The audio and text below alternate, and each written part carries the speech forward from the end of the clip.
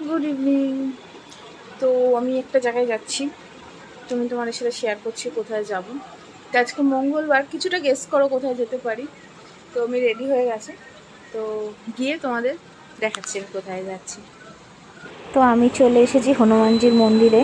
তো দেখো আজকে কি পরিমাণে ভিড়, আমি বুঝতে পারিনি এতটা ভিড় হবে। তো আমি আমার পুজো সম্পূর্ণ করলাম, করে এখন এখান থেকে বেরিয়ে পড়ব। ভগবান সবার মঙ্গল করুক, এটাই চাই। তো অনেক কষ্ট তোমাদের একটুখানি বজরংবলীর মুখটা তোমাদের একটু দেখাতে পারছি। অনেক